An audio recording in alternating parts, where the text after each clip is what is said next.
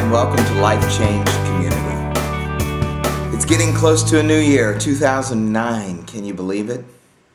I don't know what your last year was like, but I do know this. There's not one part of last year you can change. We get bound by our past, our failures, the places where we were ashamed. We wish we could have a do-over in those moments. Well, the truth is we can't go back and undo those moments. What we can do is live a new way now and in our future. We can make amends. We can make restitution. We can make a new start. And the good news about God, He specializes in fresh starts. God wants to give you a brand new you in the new year. Do you know your life can be changed based upon what you believe? What you believe about God, what you believe about yourself, what you believe about your past, what you believe about your present and your future. This short little series tucked between Christmas and New Year's is all about new beliefs for a new you. Let me set up the teaching for today. I cleaned my house. Spent about 6.5 hours going top to bottom, dusting, vacuuming, picking up, straightening up, wiping down, wiping off, cleaning up. I wet mopped, I dry mopped, I did every kind of clean you can imagine. When I got done, I looked around my house and I thought, this is really good.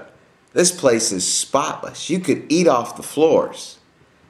A little while later, I was in my kitchen and I went to pick something up and I had a perspective of the lower part of my kitchen as I bent over.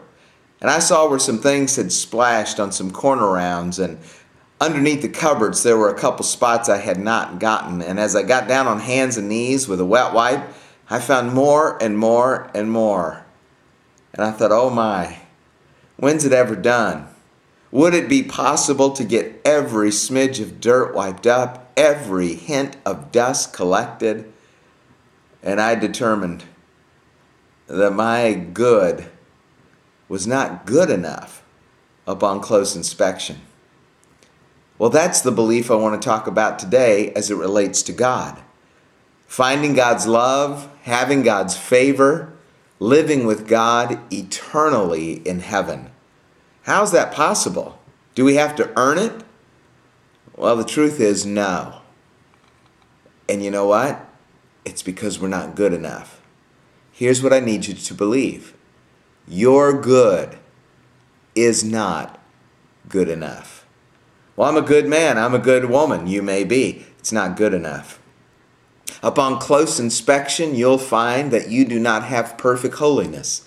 You do not have perfect righteousness. You have not kept the 10 Commandments perfectly. Your good might be good, but it's not good enough. Not good enough to have God's friendship and favor and blessing forever and ever and ever. Not good enough to live with God eternally in heaven.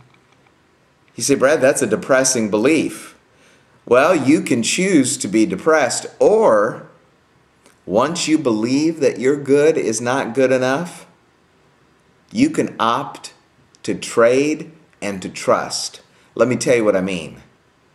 You take all of your sin, all of the commandments you've broken, all of the times you've had pride or impatience, lust or anger that led to rage or poor behavior. Take all of the times when you put yourself above the interests of others, the times when you had inordinate pride, the times when you lied, the times when you envied.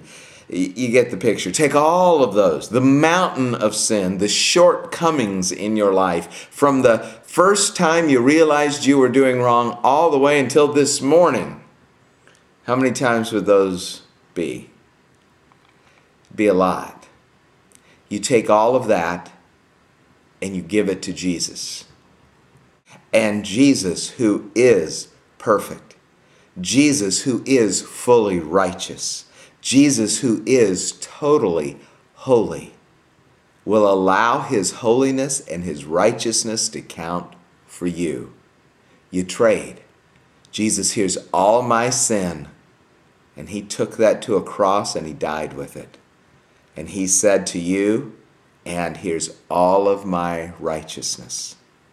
What a trade.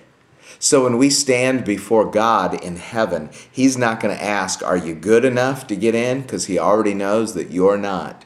Neither am I.